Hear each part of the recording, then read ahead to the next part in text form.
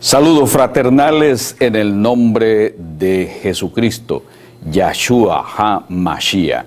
Estamos estudiando la clase de Cristología y en esta ocasión vamos a continuar con el tema Cristología de atrás, que tiene que ver con el anuncio del Mesías en el Antiguo Testamento.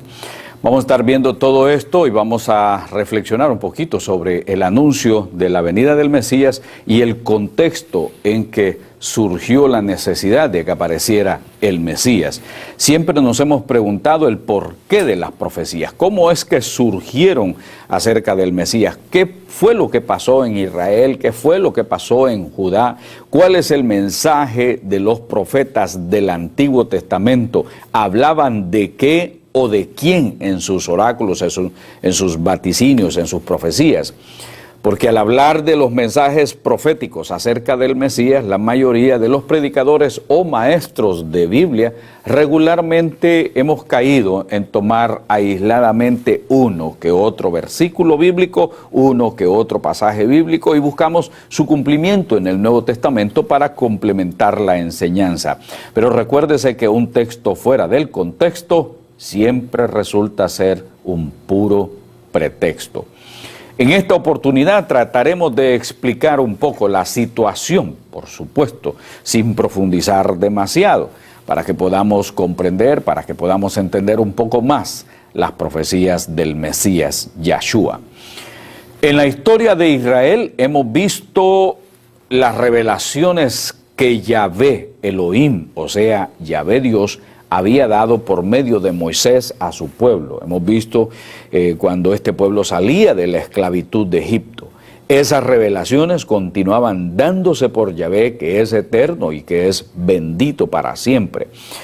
Esas revelaciones le fueron dadas a sus profetas en la historia del pueblo escogido, y así lo vemos en el Antiguo Testamento. Fueron muchos los reyes que aparecieron en la historia de Israel y ninguno de ellos podía ser considerado Mesías o libertador.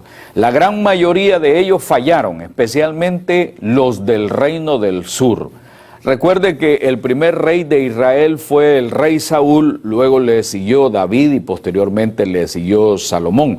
Pero debido a los desórdenes constantes de la casa real, las inclinaciones hacia la idolatría, la monarquía quedó dividida en dos. Se habla de reino del norte entonces y se habla de reino del sur. Roboam quedó en el reino del sur y Jeroboam quedó en el reino del norte después de Salomón. Reino del norte, reino del sur. No perdamos esto de vista. 17 reyes en el reino del norte hicieron lo malo delante de los ojos de Yahvé y solo un reformador hubo, que era el rey Jehú. Los demás fueron injustos y fueron malos. En el reino del sur, 10 reyes, dice la Biblia, que después de Saúl le hicieron lo malo delante de los ojos de Yahvé y después durante ese tiempo pues se dieron otros reformadores más como Ezequías, como Josías, como Asa. La capital del reino del sur era Jerusalén y la del norte llegó a ser Samaria. Así que no perdamos de vista esta situación porque nos va a ayudar a entender otros aspectos más acerca del anuncio del Mesías. Samaria fue asediada, fue invadida por el imperio asirio. No perdamos eso de vista. Fue invadida por el imperio asirio. Samaria era la capital del reino del norte, donde estaban las 10 tribus de Israel. En el reino del sur quedó Judá y Benjamín. Solamente quedaron 2 tribus en el reino del sur, cuya capital era Jerusalén. Volviendo atrás, en el reino del norte, la capital Samaria fue invadida por Asiria y los israelitas fueron llevados cautivos al exilio en el Éufrates superior. Ahí ellos se mezclaron, los israelitas se mezclaron con mujeres de otros pueblos, de otras provincias. Muchos de esos israelitas sucumbieron ante la idolatría de los pueblos paganos, y cuando regresaron a Samaria, ya ellos venían, hermanos, contaminados profundamente por las culturas, por las injusticias, por la idolatría de los otros pueblos, de las otras naciones que también estaban metidas ahí bajo el dominio de Asiria. Eso fue lo que le pasó al reino del norte en la capital de Samaria. Fueron llevados hacia Asiria y ahí se mezclaron. Con el paso de los años, ¿qué fue lo que sucedió ahora? El turno le correspondió a Judá en el reino del sur. Y también ellos sufrieron la experiencia de los ataques del imperio babilónico, quienes finalmente los derrotaron y se los llevaron cautivos. Y los judíos ahí evitaron a toda costa mezclarse con los otros pueblos paganos. Ellos sí se resistieron en caer en el mismo pecado de las otras 10 tribus del reino del norte, la experiencia que les había pasado con Asiria. Los del sur, ellos dijeron, los de Judá, no, nosotros no nos vamos a mezclar con mujeres de otros pueblos, nosotros no vamos a caer en la idolatría que aquellos cayeron. Y de esa experiencia surge la tensión que existía entre la gente de Judá, de Jerusalén, y los de las 10 tribus que habían quedado en Samaria. Esa era la tensión tremenda. Ellos clamaban por la liberación del yugo de esclavitud babilónico. Ellos pedían a Dios que el Señor los liberara. Es por eso, como repito, que las 2 tribus, Judá y Benjamín, se consideraban judíos puros y rechazaban todo contacto con los de Samaria, la capital del reino del norte, en donde estaban las otras 10 tribus, como lo he dicho en situaciones anteriores. Aparece después Ciro en la historia de Israel, quien permitió el regreso de los judíos hacia Jerusalén, la capital del reino del sur. Judá e Israel experimentaron la vergüenza, experimentaron los vituperios, ellos vieron asesinatos, ellos vieron muchos crímenes, idolatría, hasta decir ya no, asedios constantes, interminables, guerras, invasiones de parte de esos imperios extranjeros. Fueron humillados y derrotados como pago a su desobediencia e injusticias cometidas por los ricos, por los poderosos, por los reyes gobernantes de su tiempo. Ellos se habían sumergido en la idolatría del paganismo de los pueblos vecinos, así es que era necesario, ya se había demostrado que ninguno de los caudillos podía ser considerado el Mesías, y por eso ellos necesitaban un libertador, necesitaban al ungido de Yahvé, y es por eso que en los Salmos encontramos en Isaías, en Jeremías, en Daniel y otros el anuncio que daban los profetas de la descripción de cómo sería el Mesías prometido. Después del exilio, esta esperanza de Israel se perfiló más nítidamente alrededor del pensamiento de que un gran líder vendría a regir los destinos del pueblo de Dios. Sin embargo, había mucha confusión en cuanto a las funciones de ese líder. Algunos, por ejemplo, de la comunidad del Qumran, ellos pensaban y tenían esta idea de 2 Mesías, uno sacerdotal y otros decían, no, será político y militar. Esa era la idea.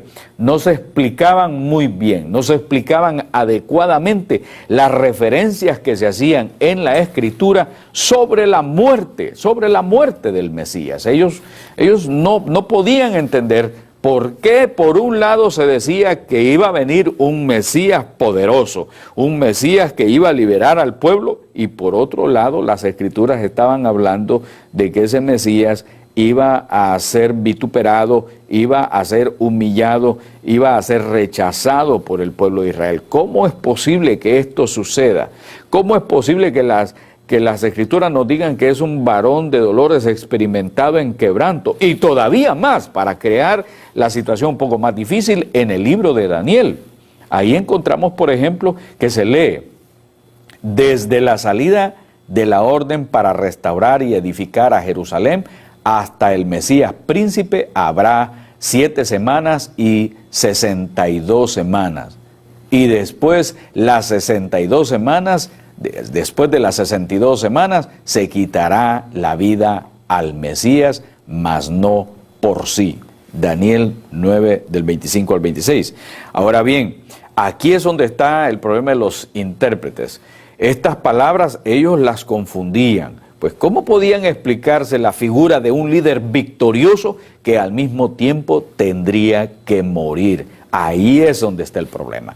¿Cómo explicar la idea de un líder que sería eterno y poderoso y al mismo tiempo, como dice Isaías, un siervo sufriente? Y veamos Isaías 53, del 1 al 6, que es lo que nos dice para entender mejor esto. ¿Quién ha creído a nuestro anuncio? ¿Y sobre quién se ha manifestado el brazo de Jehová? Subirá cual renuevo delante de él y como raíz de tierra seca. No hay parecer en él ni hermosura le veremos, mas sin atractivo para que le deseemos. Despreciado y desechado entre los hombres, varón de dolores experimentado en quebranto, y como que escondimos de él el rostro, fue menospreciado y no lo estimamos. Ciertamente llevó él nuestras enfermedades y sufrió nuestros dolores, y nosotros le tuvimos por azotado, por herido de Dios y abatido. Mas él herido fue por nuestras rebeliones, molido por nuestros pecados. El castigo de nuestra paz fue sobre él, y por su llaga fuimos nosotros curados. Todos nosotros nos descarriamos como ovejas, cada cual se apartó de su camino, mas Jehová cargó en él el pecado de todos nosotros. Isaías 53, del 1 al 6. Así es, amados hermanos y amadas hermanas, amigos y amigas, encontramos nosotros en el Antiguo Testamento, en los diferentes libros, esta imagen. El Mesías que viene es un libertador, es el ungido de Yahvé, es el que va a traer justicia a su pueblo, es el que va a liberar a su pueblo, pero al mismo tiempo en la Escritura encontramos nosotros que Él iba a padecer, Él iba a morir. Así es que esta idea de Mesías a ellos les parecía muy difícil y les había traído bastante confusión. Ya encontramos, por ejemplo, en Isaías descripciones bien claras, nacerá de una virgen, y también descripciones como aquellas que dice que él será visto y será menospreciado, y también que por su llaga fuimos nosotros curados y que su nombre sería Emmanuel. Encontramos todos esos tópicos aquí en la Escritura, y cuando abrimos los Salmos nos damos cuenta también en los Salmos que nos hablan estos de la humillación, de cómo él iba a ser rechazado, de cómo iba él a ser despreciado.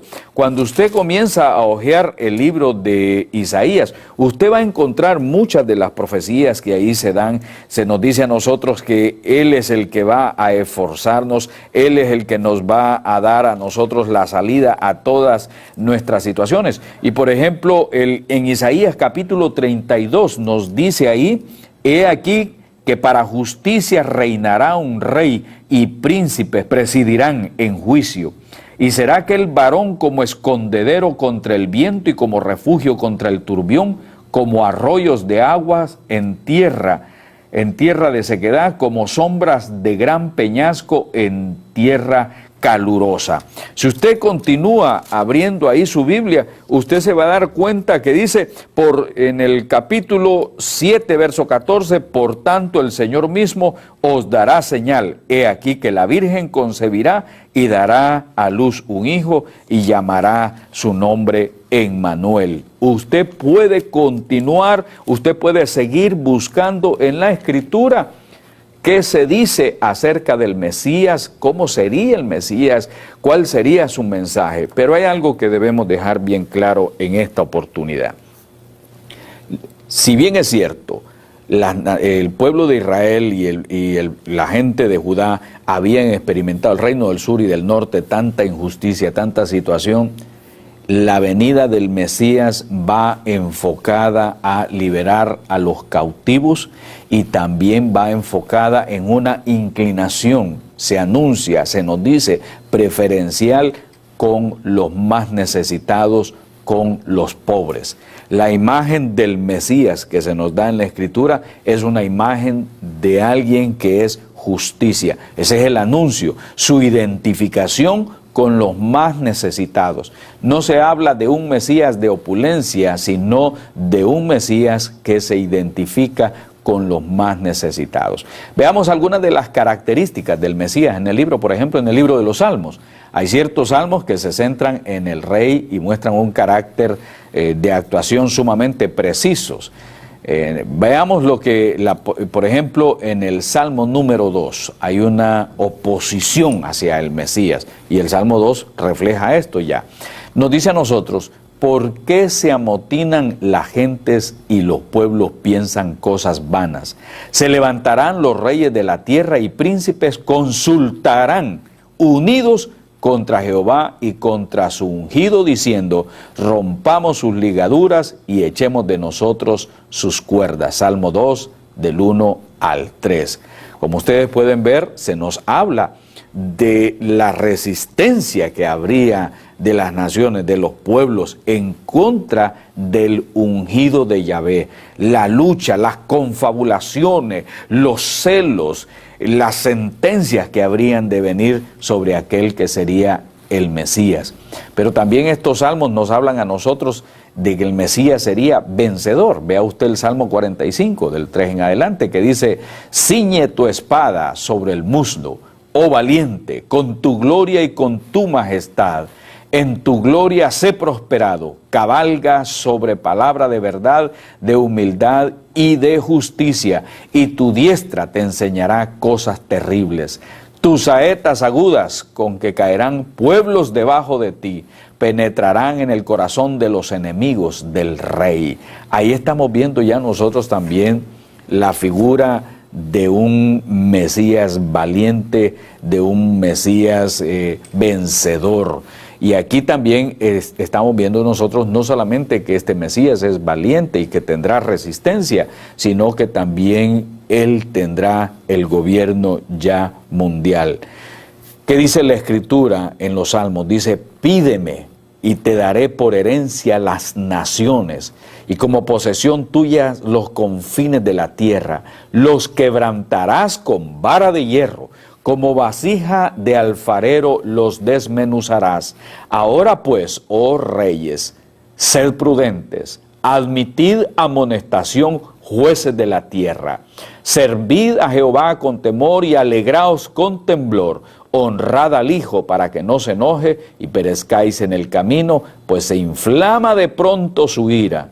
Bienaventurados todos los que en él confían. Salmo 2, del 8 al 12. Ahí estamos viendo nosotros ahora su preocupación más adelante, su preocupación acerca de la moralidad de los pueblos, acerca de la justicia de los pueblos. Y la Biblia reconoce que Él es eterno y que es para siempre y que su cetro de justicia es el cetro de su reino, y que por eso el Señor lo ungió con óleo de alegría más que a todos los demás. Y usted lo puede encontrar ahí mismo en el Salmo 45, como también en el Salmo 21 nos habla a nosotros de que el gobierno del Señor no es un gobierno pasajero, sino un reino eterno, un reino pacífico, un reino próspero, y no se desvía en su reverencia para con Yahvé. Preeminentemente entre los hombres es que él también estaría identificado, es amigo de los pobres y es enemigo de los opresores. Cuando digo con los hombres, su identificación, me refiero también con los hombres y con las mujeres necesitadas. pobres, con aquellos que han sido marginados, con aquellos que han sido desechados. Y por eso a mí me gusta mucho en la cristología de atrás estudiar todas estas situaciones, las cuales los hombres y las mujeres de Dios anunciaron de quién sería el Mesías. Veamos el Salmo 72, ahí en la Escritura, que es lo que nos dice de los versos 2 al 4. Dice, Él juzgará a tu pueblo con justicia y a tus afligidos con juicio. Los montes llevarán la paz al pueblo y los collados justicia. Juzgará a los afligidos del pueblo, salvará a los hijos del menesteroso y aplastará al opresor. Salmo 72. Por eso vemos nosotros que después, cuando aparece Yahshua, Yahshua asume una opción de ayuda, de auxilio por aquellos que sufren necesidad, por aquellos que están enfermos, por aquellos que son oprimidos por Satanás. Son a esos a los cuales el Señor Jesucristo, pues encontramos que Él vino. Pero ya en los Salmos, ya en Isaías, ya en Jeremías y en otros profetas encontramos su identificación con el menesteroso, su identificación con el que sufre. Y ojo con esto, porque no encontramos nosotros en el Antiguo Testamento el anuncio de un Mesías que se iba a gozar en la opulencia. No encontramos en el Antiguo Testamento, como lo dicen las corrientes doctrinales modernas, que nos hablan que Jesús tuvo su única túnica que era costosísima en aquel tiempo y que por lo tanto es un ejemplo de vivir en la opulencia. Eso es una doctrina equivocadísima que no va en concordancia con lo que nos dicen las Escrituras.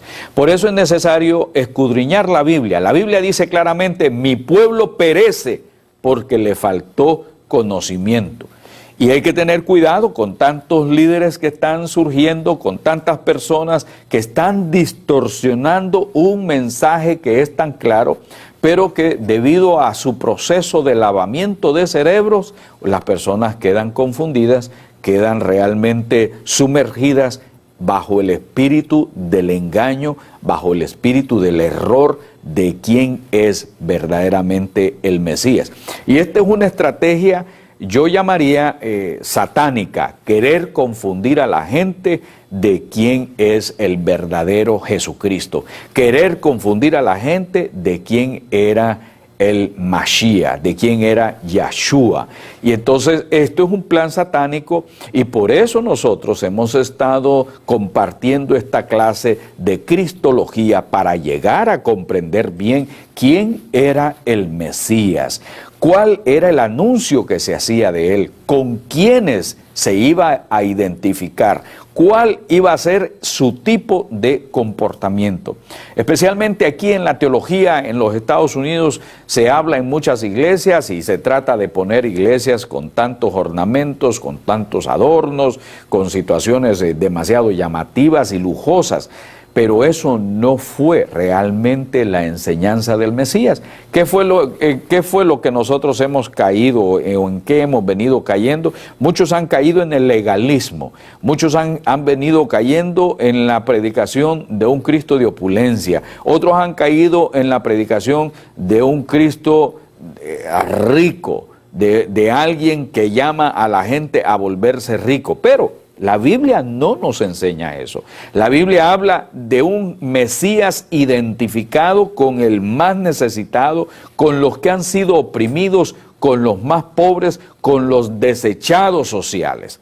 Y sobre esto vamos a continuar nosotros hablando más adelante. Lo que sí queremos es que motivarle a que usted escudriñe los salmos, el Salmo 22, el Salmo 72 y tantos otros escritos más que nos hablan del Mesías. Por ejemplo, ¿qué nos dice el Salmo 72 del 12 al 14? Porque Él librará al menesteroso que clamare, dice, y al afligido que no tuviere quien le socorra. Escuche esto, mi amado, lo que dice aquí. Tendrá misericordia del pobre y del menesteroso, y salvará la vida de los pobres. ¿Por qué es que nosotros nos hacemos ciegos a esos pasajes? ¿Por qué es que no queremos entender acerca del Mesías? Su identificación plena es con los que sufren, con los que están siendo desechados sociales, o como le dijeran en algunos de nuestros países, aquellos que son descartables. Con esos, a esos son los que Jesús les vino a extender la mano para que salieran de su condición. Les dio su mano de amor, les extendió su mano de misericordia, los sanó, les devolvió su sano juicio, los liberó del yugo de Satanás, del yugo de esclavitud.